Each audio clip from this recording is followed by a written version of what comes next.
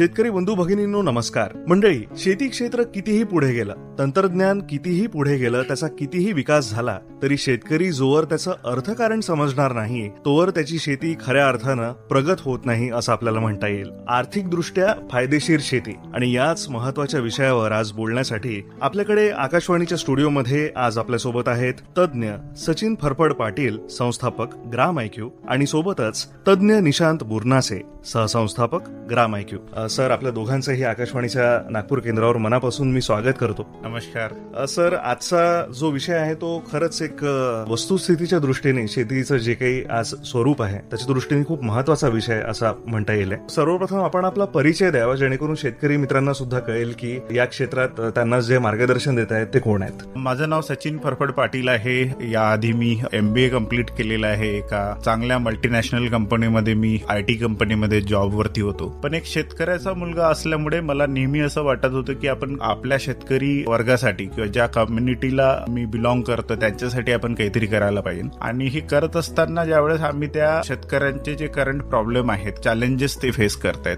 त्याच्यामध्ये अभ्यास करत असताना मला प्रामुख्याने लक्षात आलं की खूप असं तंत्रज्ञान शेतीमध्ये प्रगत होत चाललेलं आहे, नवनवीन तंत्रज्ञान येत चाललेलं आहे, तरी सुद्धा शेतकरी हा त्याला नफा मिळतच नाही आहे. तंत्रज्ञान येत आहे, त्याचा वापर पण होतोय, हे नवनवीन गोष्टी येत आहेत, पण जे लाईव्हलीहूड शेतकऱ्यांचा व्हायला पाहिजे, जो नफा त्याला प्रत्येक एकरातून प्रत्येक पिकातून भेटायला पाहिजे, तो भेटतच नाही आहे. आणि त्याच्या खोलात ज्यावेळेस आम्ही त्यावेळेस गेलो त्यावेळेस आमच्या असं लक्षात आलं की आपला शेतकरी हा शेती फक्त उपजीविकेचं साधन किंवा त्याला आयुष्यात दुसरं काही करायला व्यवसाय नसल्यामुळे करतोय, पण शेतीला एक बिझनेस म्हणून किंवा एक नफ्याचं व्यवसाय म्हणून ते बघतच नाही आहेत. मग त्या दृष्टिकोनातून आम्ही याच्यावरती काम करायला सुरुवात केली. माझे सहसंस्थापक आणि खूप चांगले मित्र निशांत पण याच्यासोबत माझ्यासोबत जोडलेत आणि आम्ही हे संस्था ग्राम IQ म्हणून सुरुवात केली, ज्याच्यामध्ये आम्ही शेतकऱ्यांना शेतीचा नफा कसा कॅल्क्युलेट करावा, प्रत्येक गोष्टीचा हिशोब ठेवून शेतकऱ्यांनी फक्त शेतकरी म्हणून नाही तर एक शेती उद्योजक म्हणून कसं पुढे यावं यावरती आम्ही काम करायला सुरुवात केली. निशांत सर, तुम्ही काय सांगाल यावर? सर्वात आधी माझा मी परिचय देतो. माझं नाव निशांत बुरनासे. एक अमरावती जिल्ह्यामध्ये एका छोट्याशा गावामध्ये शेतकरी कुटुंबामध्ये माझा जन्म झाला. मूळतः मी बायोटेक्नॉलॉजिस्ट आहे आणि जवळपास 10 वर्ष मी रिसर्च अँड डेव्हलपमेंट या क्षेत्रामध्ये कार्यरत होतो. सायंटिस्ट म्हणून मी काम केलेलं आहे. जे सचिन पाटील माझे मित्र आहेत यांच्यासोबत आमचं नेहमीच बोलणं होत होतं की आपण शेतकरी कुटुंबातले आहोत आणि आता आपण बऱ्यापैकी आपल्याला अनुभव आलेला आहे, आपण चांगले शिकलेले आहोत, पण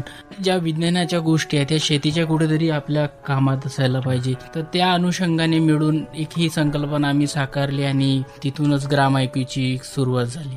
आपला जो प्रवास आहे तो सुद्धा खरंच प्रेरणादायी आहे. तर सर, आजचा जो महत्वाचा विषय आहे त्याकडे वळूया. आर्थिकदृष्ट्या फायदेशीर शेती या संदर्भात आपली जी संस्था आहे त्याच्या मार्फत आपण काय काय अशी उद्दिष्ट लोकांसमोर ठेवता किंवा काय काय असे प्रयत्न करता जेणेकरून हा जो विषय आहे हा साकार होईल? जसं मी मगाशी म्हटल्याप्रमाणे आपल्याकडचा शेतीला एक बिझनेस म्हणून बघत नाही तर ते फक्त उपजीविकेचं साधन म्हणून बघतो. इतर व्यवसाय बघितले, साधा एखादा फेरीवाला जरी असेल किंवा एखादी मॅन्युफॅक्चरिंग कंपनी किंवा ट्रेडिंग कंपनी चालवणारा छोटा व्यावसायिक जरी असेल तरी सुद्धा तो त्याच्या व्यवसायातले पूर्ण निर्णय हे डेटा आधारात घेतो. किंवा किती खर्च तो करतोय, रॉ मटेरियल कितीचं आणलं किंवा कुठल्या गोष्टी किती रुपयाला विकत घेतल्या, त्याची कॉस्ट ऑफ प्रोडक्शन किंवा कॉस्ट त्याच्या स्टोअर पर्यंत किती पडली, त्याच्यानंतर त्याचा नफा जोडून, त्याचा स्वतःचा खर्च जोडून नंतर त्याची किंमत ठरवतो आणि तो विकतो. पण आपला शेतकरी ज्यावेळेस शेती करतो त्यापैकी याच्यातलं काहीच बघत नाही. तो हवा तो खर्च करतो. म्हणजे 4 फवारण्या करायचं असेल 4 फवारण्या, जे कुठला खर्च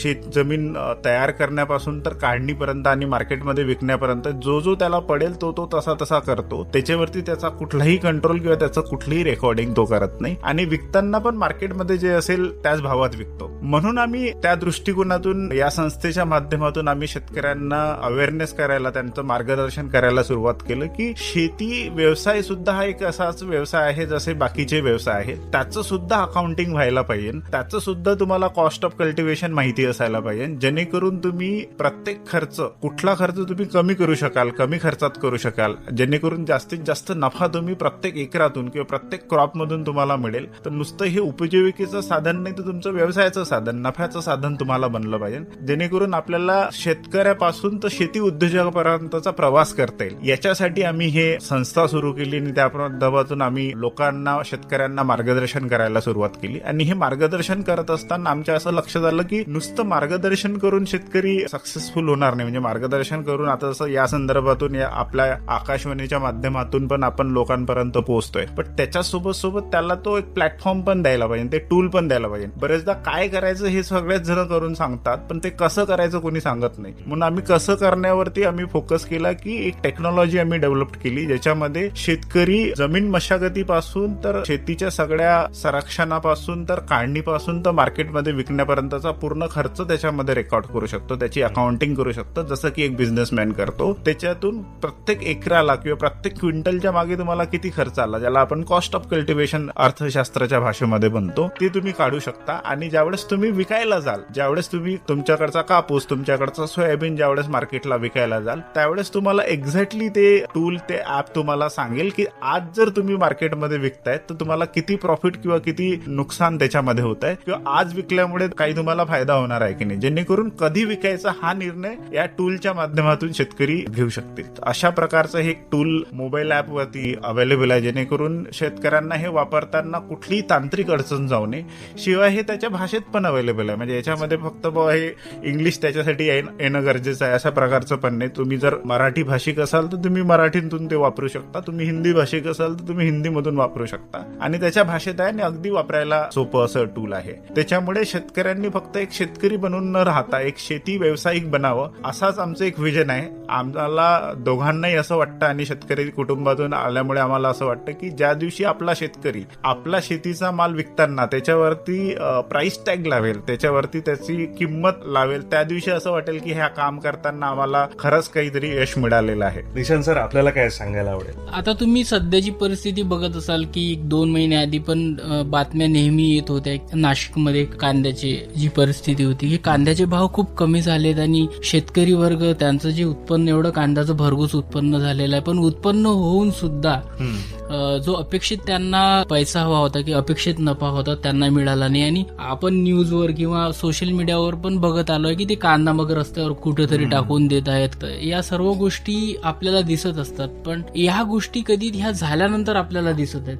ठीक आहे ना. पण जर आपण असं बघितलं की कांदा यावर्षी पेरतो आपण, मागच्या वर्षी पण आपण कांदाच पेरला आणि पुढच्या वर्षी पण आपण कांदाच पेरत आहोत, ठीक आहे. पण ही परिस्थिती आपल्यावर का ओढावलेली आहे? उत्पन्न तर आपण मेहनत भरपूर केली एक शेतकरी म्हणून, आपल्याला उत्पादन पण भरपूर झालं, पण नफा आपल्याला तो अपेक्षित मिळाला नाही. कुठेतरी कॅल्क्युलेशन कुठेतरी चुकत आहे, आपली प्लॅनिंग कुठेतरी कमी जास्त होत आहे. उदाहरण द्यायचं झालं की पीक पण तेच आहे, बाजारभाव पण कमी जास्त राहत होतो. काही फॅक्टर्स असतात की निसर्गाच्या मारामुळे ह्या गोष्टी होत असतील, पण प्लॅनिंग ही सर्वात महत्वाची आहे. की मागच्या वर्षी मी कांदा घेतला, मागच्या वर्षी मला कांद्याला या गोष्टीवर मजुरी म्हणा किंवा खत म्हणा किंवा कीटकनाशक म्हणा किंवा जो पण खर्च आला तो माझ्याकडे काटेकोरपणे लिहून असला आणि त्यावर आधारित माझ्याकडे उत्पन्न किती झालं हे मला माहित असलं, तर मागी जे माझ्याकडे माहिती आहे त्याच्या आधारावर मी पुढच्या सीझन मध्ये पण तो निर्णय घेऊ शकेल की मला खरंच मागच्या वर्षी तर मी कांदा पेरला पण मला तेवढं उत्पादन झालं नाही, पण यावर्षी पण मी कांदाच पेरावा का? हा प्रश्न शेतकऱ्यांनी स्वतःला आधी विचारायला हवा.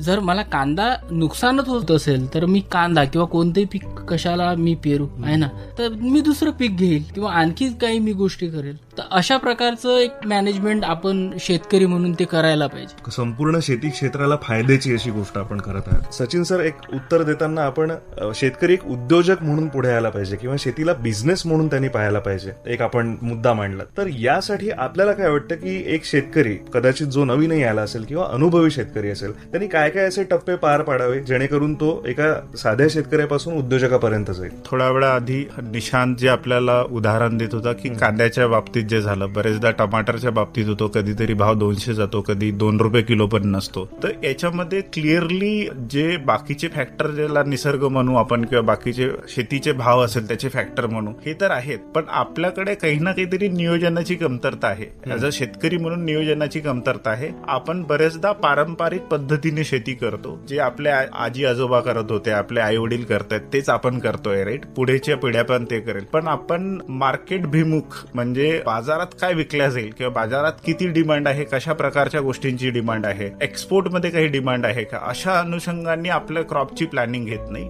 दरवर्षी तेच ते क्रॉप त्याच त्या पैशांमध्ये तशाच पद्धतीने केला जातो आणि नवनवीन तंत्रज्ञान कसं स्वीकारायचं आणि ते फिजिबल होईल की नाही आपण असा विचार करतच नाही. तर एक शेतकरी उद्योजक म्हणून जोपर्यंत तुम्ही तुमच्या शेतीचं नियोजन करणार नाही आणि त्याला प्रॉफिटसाठी तुम्ही सेट करणार नाही की मला याच्यातून नफाच व्हायला पाहिजे, मला नुकसान नकोच, मग ते मी टमाटर घेऊ की सोयाबीन घेऊ किंवा माझ्या नैसर्गिक परिस्थितीनुसार जे जे पिकं मी घेतल्या जाऊ शकतं त्याच्यामध्ये कुठले रोटेशन आणून म्हणा किंवा त्याचा खर्च कमी करून म्हणा किंवा त्याला नवीन नवीन बाजारपेठेत विकायला घेऊन जाईल म्हणा, जोपर्यंत असे प्रयोग शेतकरी करणार नाही ना तोपर्यंत तो शेती उद्योजकापर्यंत पोहोचणारच नाही किंवा तो एक नफ्याची शेती करणारच नाही. म्हणजे असं म्हणतात, म्हणजे माझे बाबा शेतकरी असल्यामुळे आणि बऱ्याच शेतकऱ्यांशी आम्ही बोलताना असं सर्वसाधारणपणे शेतकऱ्यांचा असा समज झालेला आहे की 5 हंगामांपैकी म्हणजे 5 वर्ष शेती केल्यानंतर 2 वर्ष शेती केली तरी थोडीफार फायद्याची असते, 3 पिकं तर हमखास डुबतात. असा एक लोकांनी ऍक्सेप्ट करून घेतलेलं की असंच का बरं 5च्या 5ही आपल्या गोष्टी नफ्याच्या होऊ शकत नाही आणि त्याच्यासाठी गोष्टी केल्या जाऊ शकतात. आणि डेटा आधारित म्हणजे मोठमोठ्या जे बिझनेसेस आहेत, एंटरप्राइजेस आहेत, जगभरातले बिझनेस आहे, हे प्रत्येक निर्णय घेताना डेटाच्या आधारावरती, माहितीच्या आधारावरती घेतात. मग आपण शेतीचे निर्णय घेताना असं गाफील का राहतो का? आपण शिकलेलो नाही, आपल्याला माहिती नाही. आपले शेतकरी शिकलेले आहेत, त्यांना अकाउंटिंग करतं. बरेच शेतकरी आम्ही असे बघितलेले आहेत की जे पेन अँड पेपरवरती शेतीचा हिशोब ठेवतात, दरवर्षी त्याच्यामध्ये काय सुधारणा होऊ शकतात ते करतात, कॅटेगराईज करून ठेवतात. तर हे करत असताना आपण लेगसी प्रत्येक नवीन येणाऱ्या शेतकऱ्याला किंवा जुन्या शेतकऱ्यांना पण का शिकवत नाही आहोत, का आपण त्याच्यापासून वंचित राहतोय? जोपर्यंत आपण डोक्यात फिट करणार नाही ना शेतीतून नफा व्हायला पाहिजे तोपर्यंत नफा होणं शक्यच नाही आहे. त्यासाठी ही पहिली पायरी आहे की शेतकऱ्यांनी शेतीचा हिशोब ठेवणे, प्रॉफिटेबिलिटीकडे लक्ष ठेवणे, त्याच्यानुसार तंत्रज्ञान, त्याच्यानुसार पीक नियोजन करणे हे फार आवश्यक आहे. या माध्यमातून सर्व शेतकऱ्यांना आव्हान आहे, एक कुठलं तरी शेतीचं तंत्रज्ञान तुम्ही कमी केलं तरी चालेल, पण शेतीचा हिशोब रोजच्या रोज लिहिणे किंवा जेव्हा होतोय तेव्हा लिहिणे आणि त्या डेटा आधारित शेतीवरचे निर्णय घेणे हे फार आवश्यक आहे. याला दुसरं कुठलाही पर्याय नाही आणि हे आम्ही फार जबाबदारीनं बोलतो आहे. आम्ही स्वतः शेतकरी कुटुंबातला आहे. ज्यावेळेस मी तुमच्याशी आता इथे बोलतोय त्यावेळेस माझा भाऊ, माझे वडील कदाचित शेतीत काम करत असतील, तर तेवढ्या जबाबदारीने आम्ही करतोय. आणि आम्ही बिझनेसेस बघितले जे करोडो रुपयाचे बिझनेसेस मोठे होतात, ते मोठे होताना बघितलंय जे डेटा आधारावर करतात. आपल्या शेतकऱ्यांनी जर डेटा आधारित, अकाउंटिंग आधारित, नफा आधारित शेती जर करायला सुरुवात केली, ऑटोमॅटिकली गोष्टी त्याला कळेल की आपण कुठले निर्णय घ्यायला पाहिजे ज्याच्यातून आपला नफा होईल आणि तो शेती उद्योजक बनेल. एक दिवस अशी येणार नाही की शेती परत उत्तम होते आहे. शेती ही उत्तम, जसं आधी म्हणायचे शेती उत्तम, व्यापार दुय्यम आणि बाकी गोष्टी, अशा आपण एक पद्धती किंवा असा एक नोशन आपल्यामध्ये होता. तशीच शेती उत्तम हा दिवस येईल ज्यावेळेस शेतकरी शेतीला नफ्याचं एक साधन म्हणून किंवा व्यवसाय म्हणून बघेल. सचिनने जे बोललो त्याचाच पाठपुरावा मी इथे करत आहे की आधी आपण म्हणायचो की उत्कृष्ट शेती, मध्यम व्यापार आणि कनिष्ठ नोकरी, पण आता या काळामध्ये ही गोष्ट उलट झालेली आहे. म्हणजे आपला जो पर्याय असतो की आपल्या घरी आपला छोटा भाऊ असेल किंवा आपण स्वतः असेल तर आपण हा प्रयत्न करतो की सर्वात आधी आपण नोकरी करायला पाहिजे, नाही जमलं तर कुठं छोटा मोठा व्यापार, आणि काही जमलं नाही तर मग एक सरते शेवटी एक शेवटचा निर्णय म्हणून आपण शेती, पण कुठेतरी ही चिंतेची ही बाब आहे. सचिन बोलत असताना डेटा आधारित निर्णय आपण घ्यायला पाहिजे याच्यावर भर देत होते आणि त्याचं एक खूप सोपं आणि एक ग्लोबल समीकरण आहे की आपल्याला सर्वांना माहिती आहे की जे अर्थकारण आहे फक्त शेतीचंच अर्थकारण नाही तर 3 गोष्टींवर आधारित असते: मागणी, पुरवठा आणि त्याचे भाव. जर एखाद्या गोष्टीची मागणी जास्त असेल तर त्या गोष्टीचे भाव जास्त असतात, बरोबर, आणि एखाद्या गोष्टीचा पुरवठा जास्त असेल तर त्याचे भाव कमी होतील. तर आपण आता जे शेती करत आहोत तर सहसा काय होते ना आपल्या ग्रामीण भागामध्ये की एखाद्या वर्षी आपल्याला एखाद्या पिकामध्ये खूप जास्त उत्पादन झालेलं, ठीक आहे, तर आपण काय करतो की त्याच बघून अरे याला तर खूप जास्त फायदा झाला, यानं तर हे पीक लावलं होतं, तर मग जवळपास त्याच्यासोबत 50-60 आणि 100 लोक आणखी तेच पीक लावतात. आता काय झालेलं आहे ना की पुरवठा जास्त झाला, मागच्या वर्षी भाव भेटला कारण पुरवठा कमी होता, आणि यावर्षी काय झाला, पुरवठा जास्त होता, मागणी कमी झाली, भाव खाली आला.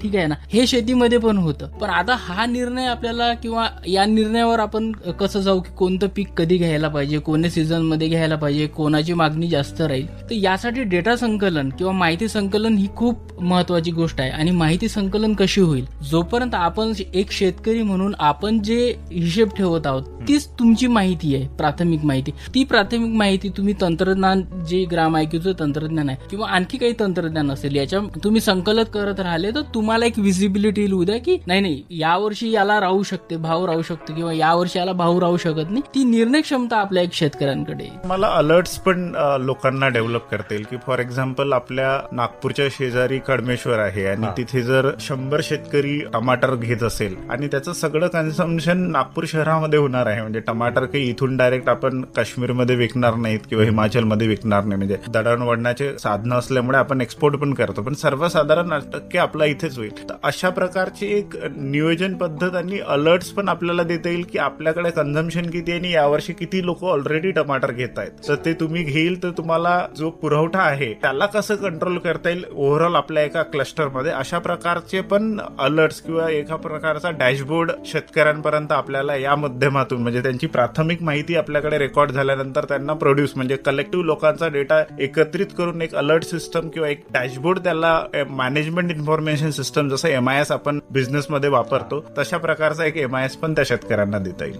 बिझनेसची संकल्पना काय आहे? बिझनेसमध्ये एक रॉ मटेरियल येतो, त्याच्यावरती आपण प्रोसेसिंग करतो, फिनिशिंग करतो आणि त्याला एक फिनिश प्रॉडक्ट म्हणून मार्केटमध्ये विकतो, राईट. सर्वसाधारण बिझनेस अशाच प्रकारचे असतात. एक ट्रेडिंग टाईपचा बिझनेस असतो की आपल्याकडे ज्या वस्तूंची डिमांड आहे ते आपल्याकडे होत नसताना आपण दुसरीकडून कुठून तरी त्याचा सप्लाय तयार करतो आणि आपल्या बाजारात ते विकतो. अशाच प्रकारचे आपण बिझनेस करतो.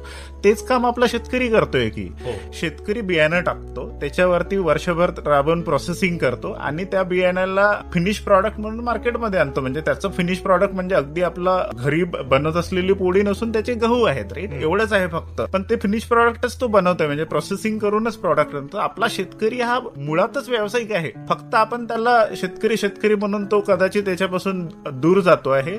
मला असं वाटतं जे जुनी संकल्पना आपली आहे किंवा शेतकरी व्यावसायिकच आहे ते परत बिंबवण्याचा प्रयत्न कुठेतरी शेतकऱ्यांमध्ये व्हायला पाहिजे. आणि शेतीचा हिशोब ही कशी आवश्यक गोष्ट आहे किंवा नफाची शेती करणं हे कसे आवश्यक आहे परत शेतकऱ्यांना बिंबवलेलं पाहिजे. आपण आकाशवाणीच्या माध्यमातून ते करतोय त्याबद्दल आम्हाला खरंच आनंद होतो आहे. सर, खरं तर या विषयाच्या बाबतीत आपण जवळपास सगळीच माहिती आणि शेतकरी मित्रांना जागृत करणाऱ्या ज्या सगळ्या गोष्टी आहेत त्या सगळ्याच बोलून झाल्या. पण तरी आत्ताची वस्तुस्थिती पाहता, वातावरणाचे बदल पाहता आणि आपण आपल्या शेतकरी मित्रांसोबत संवाद साधत असता, या सगळ्याला पाहून आपण शेतकरी मित्र आहेत आपले बंधू भगिनी, त्यांना काय सल्ला, उपदेश किंवा संदेश द्याल? मला असं वाटतं की आजच्या तंत्रज्ञानाच्या युगात शेतीचे हे जे दिवस आहेत हे खूप चांगले दिवस येणार आहेत. नवनवीन तंत्रज्ञान म्हणजे आर्टिफिशियल इंटेलिजन्स सारखं तंत्रज्ञान झालं किंवा ऍग्रिकल्चर सायन्समध्ये बीटी कॉटन असेल किंवा बाकी वेगळे तंत्रज्ञान आहेत. इरिगेशन मध्ये खूप सारे संशोधन चालू आहे, त्याच्यामुळे खूप सारं तंत्रज्ञान शेती क्षेत्रामध्ये येत आहेत. आपली जी नवीन जनरेशन आहे म्हणजे येणाऱ्या लोकांनी पण शेतीला एक व्यवसाय भूमिक किंवा एक व्यवसाय म्हणून आपलं ऑक्युपेशन म्हणून बघून शेतीमध्ये यावं आणि आहे त्या तंत्रज्ञानाचा उपयोग कसा आपल्याला याच्यामध्ये करता येईल आणि कशी एक शेतीला एक प्रॉफिटेबल व्हेंचर बनवता येईल याच्यासाठी नवीन तरुणांनी सुद्धा यावं. मी असं म्हणेल की शेतीला पर्याय नाही. तुम्ही दुसरी कोणतीही गोष्ट दुसऱ्या गोष्टीला पर्याय आणू शकता, तंत्रज्ञानाला पर्याय आणू शकता, तुम्ही अन्नाला पर्याय आणू शकत नाही. आणि अन्न बनवण्याचं जे शास्त्र आहे शेतीशास्त्र आहे, तेव्हा शेतीला हा पर्याय नाही आणि शेती ही शेवटपर्यंत राहील जोपर्यंत मानव राहील. त्यामुळे भारतात पण शेतीसाठी भरपूर साऱ्या संधी आहेत आणि सचिनने सांगितल्याप्रमाणे की आपण परंपरागत शेतीचा जो आपला अनुभव आहे त्या अनुभवाला तंत्रज्ञानाची आपण जोड द्यायला पाहिजे. जोड देताना कोणती गोष्ट आपल्या कामाची आणि त्यातून जास्तीत जास्त आपल्याला नफा कसा मिळेल या दृष्टीनंच आपण एक प्रॉफिट ओरिएंटेड शेती करायला पाहिजे असं मला वाटतं. खूप खूप धन्यवाद सर. वेळात वेळ काढून आपण आकाशवाणी नागपूरच्या केंद्रात आलात आणि इतकी महत्वपूर्ण माहिती आमच्या शेतकरी बंधू भगिनींपर्यंत पोहोचवली, याबद्दल मनापासून धन्यवाद. खूप खूप धन्यवाद सर, आम्हाला तुमच्या शो मध्ये बोलावल्याबद्दल. धन्यवाद.